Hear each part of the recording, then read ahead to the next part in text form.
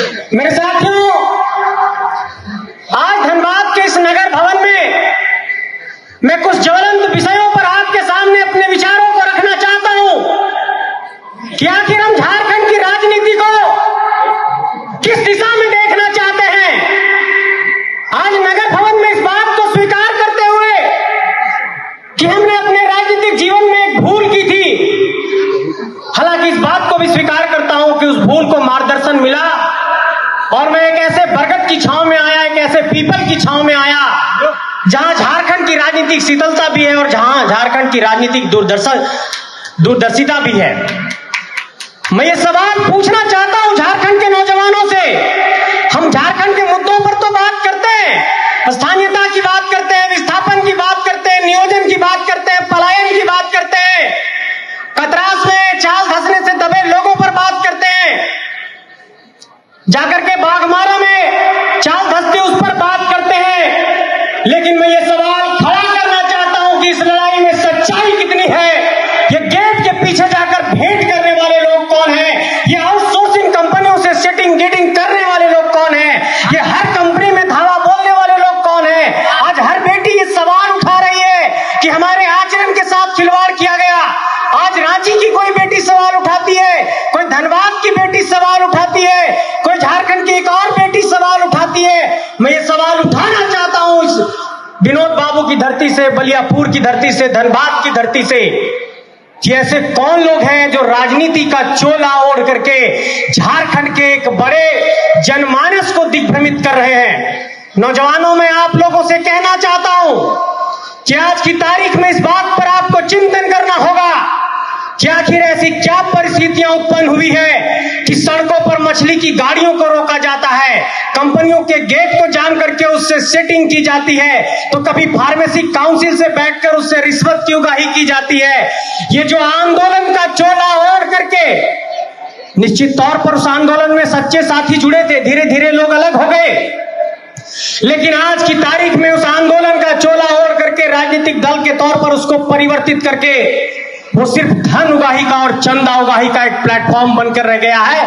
ऐसे प्लेटफॉर्म पर भी आपको चिंतन करना होगा कि इन लोगों को जवाब दिया जाए। इन लोगों ने झारखंड की युवा पीढ़ी को बर्बाद करने का काम किया है और यहाँ के नौजवानों पर केस मुकदमा एक तरीके से झेलने को मजबूर किया है। आज हर जगह से यह सवाल उठ रहा है कि आखिर ये परिस्थितियां क्यों उत्पन्न हो रही है। ऐसा क्या कारण है कि कभी अंचल के कार्यालय पे कोई धरना प्रदर्शन नहीं होता है, कभी बीडीओ साहब से सवाल नहीं होता है, कभी सीओ साहब से सवाल नहीं होता है, कभी डीसी साहब से सवाल नहीं होता है, कभी अंचल अधिकारी से सवाल नहीं होता है। ऐसा क्या कारण है? सिर्फ जीएम और जाकर के सीओ साहब से, सिर्फ वहां पर डायरेक्टर से, निदेशक से, आउटसोर्सिंग कंपनियों से, एनटीपीसी से, मगध से, आम्रपाली से, एबीआर से, तमाम ऋत्विक से, सभी कंपनियों के जीएम से बात करते हैं। मैं ये सवाल खड़ा करना चाहता हूं कि क्या ये जनता का सवाल नहीं है कि अंचल अधिकारी 5,000, 10,000, 20,000 रुपए जमीन के म्यूटेशन के लिए ले रहा है? क्या ये जनता का सवाल है कि नहीं? अगर ये जनता का सवाल है तो इन सवालों पर वो मुखर क्यों नहीं है?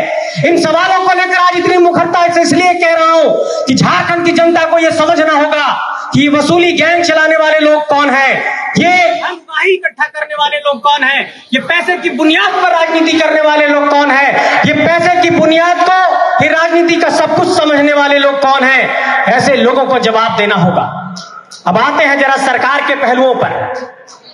सरकार ने कहा स्थानीय नीति लाएंगे, नहीं लेकर आई। सरकार ने कहा नियोजन नीति लाएंगे, नहीं लेकर आई। सरकार ने कहा पुनर्वास की नीति लाएंगे, नहीं लेकर आई।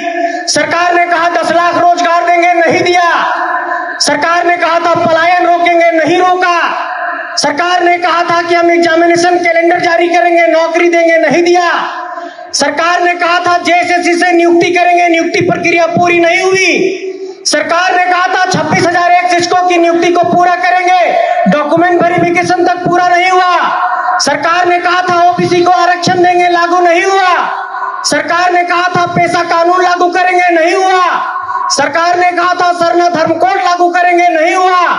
सरकार ने कहा था निजी क्षेत्र में 75% आरक्षण देंगे, नहीं हुआ। सरकार ने कहा था आउटसोर्सिंग में 75% रिजर्वेशन देंगे, नहीं हुआ। सरकार ने कहा था कि झारखंडियों को तृतीय और चतुर्थ वर्ग की नौकरी में प्राथमिकता मिलेगी, नहीं हुआ। कई ऐसे सवाल हैं कि सीओ की ऑफिस में घुसखोरी हो रही है, डीसी ऑफिस में घुसखोरी हो रही है। इन सवालों को लेकर के आपको जनता के बीच जाना होगा। मैं कोई झूठ बात और बनी बनाई बात नहीं कह रहा हूं, ये तथ्यात्मक बात कह रहा हूं कि आज की तारीख में सरकार हर मोर्चे पर फेल हुई है। सत्ता में रहने के 5 साल के बावजूद भी जब दूसरा मौका मिला तब भी ये सरकार फेल साबित हुई है। इसलिए मैं कहना चाहता हूं कि सिल्ली के एक साधारण गांव से निकलकर, लगाम से निकलकर, एक ग्राम समिति के पद से लेकर के पार्टी के केंद्रीय अध्यक्ष और झारखंड के डिप्टी चीफ मिनिस्टर तक का पद जिन्होंने सुशोभित किया, जिन्होंने झारखंड आंदोलन को देखा, जिन्होंने झारखंड आंदोलन को जिया है, जिन्होंने झारखंड आंदोलन में संघर्ष किया है, जिन्होंने झारखंड को संवारा है, जिन्होंने सिल्ली को संवारा है, जिन्होंने सिल्ली में आर्चरी एकेडमी दी है, जिन्होंने सिल्ली में स्टेडियम बनाया है, जिन्होंने सिल्ली में शिक्षा का अलग जगाया, जिन्होंने झारखंड में बड़े बड़े खेल के आयोजन किए, जिन्होंने गूंज महोत्सव कलाकारों को मंच दिया, जिन्होंने सिल्ली को मॉडल विधानसभा के तौर पर झारखंड को प्रस्तुत किया, जिन्होंने खेल का आयोजन करके, जिन्होंने पंचायती राज की व्यवस्था में महिलाओं को 50% का आरक्षण देकर के झारखंड में एक नई राजनीतिक क्रांति की ज्वाला को जन्म दिया है। ऐसे जननेता, ऐसे जननायक आदरणीय सुदेश कुमार महतो जी हमारे बीच है। मैं झारखंडी जनमानस से यह आह्वान करना चाहता हूं, माताओं बहनों से यह आह्वान करना चाहता हूं कि आने वाली पीढ़ियां हमसे सवाल पूछेगी कि जब झारखंड और झारखंडियत की लड़ाई लड़ी जा रही थी तो आप किसके साथ खड़े थे। तो ये कहने का गौरव होना चाहिए कि हम आदरणीय सुदेश कुमार महतो के साथ खड़े थे, आप पार्टी के साथ खड़े थे, हम संघर्ष कर रहे थे, हम सड़कों पर संघर्ष कर रहे थे।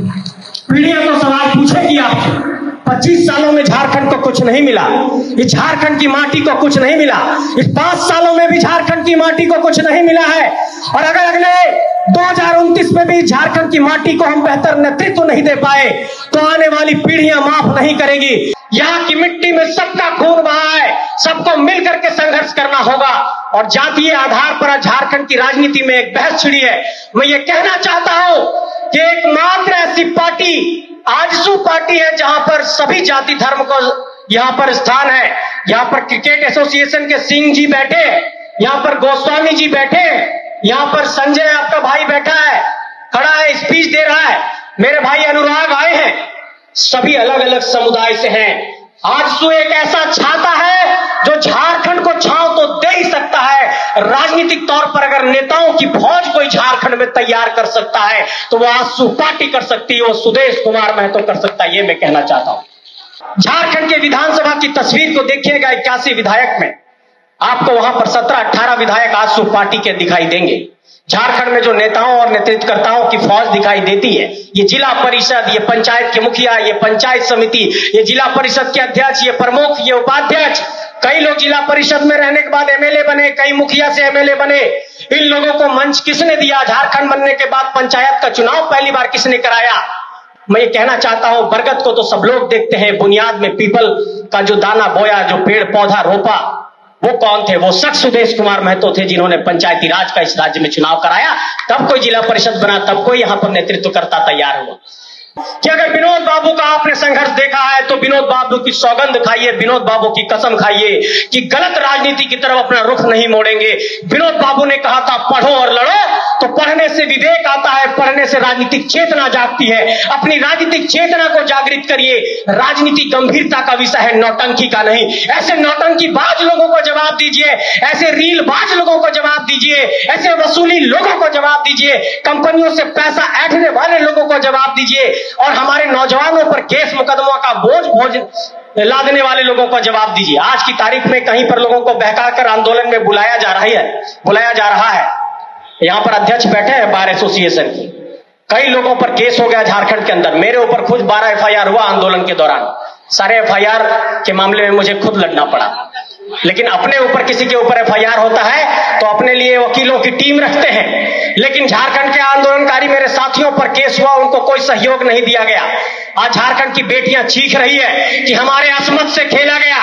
हमें यह कहा गया कि आपका वीडियो रिलीज कर देंगे अगर आप कंपनी का वहां पर धरना प्रदर्शन नहीं खत्म कर सकते हैं। ऐसे कौन लोग हैं जो इस झारखंड की बेटियों के अस्मत के साथ खिलवाड़ कर रहे हैं? ऐसे लोगों को भी आपको पहचानना होगा और जवाब देना होगा। ये झारखंड क्रांतिकारियों की धरती है, एक बार सिर्फ यही कहना चाहूंगा अंत में कि आउटसोर्सिंग कंपनियों का यहां बहुत बड़े स्तर पर जुल्म है, और अजय भैया के बात से इत्तेफाक रखते हुए अध्यक्ष जी से यही कहना चाहूंगा, आइए क्रांति की ज्वाला को बुलंद करते हैं और झारखंड की धरती में, धनबाद की धरती से, कोयला की राजधानी की धरती से पूरे देश को, पूरे झारखंड को यह जवाब देते हैं कि आजसू के नौजवान अपने सीने पर गोली खाना पसंद करेगा, आजसू का नौजवान लहूलुहान हो जाएगा, लेकिन यहाँ के नौजवानों के लिए, यहाँ के गरीबों के लिए, यहाँ के मजलूमों के लिए, यहाँ के पीड़ितों के लिए इनकी लड़ाई को लड़ेगा, अंतिम दम तक लड़ेगा और उनको हक दिलाएगा। इस बात का संकल्प लेता हूं।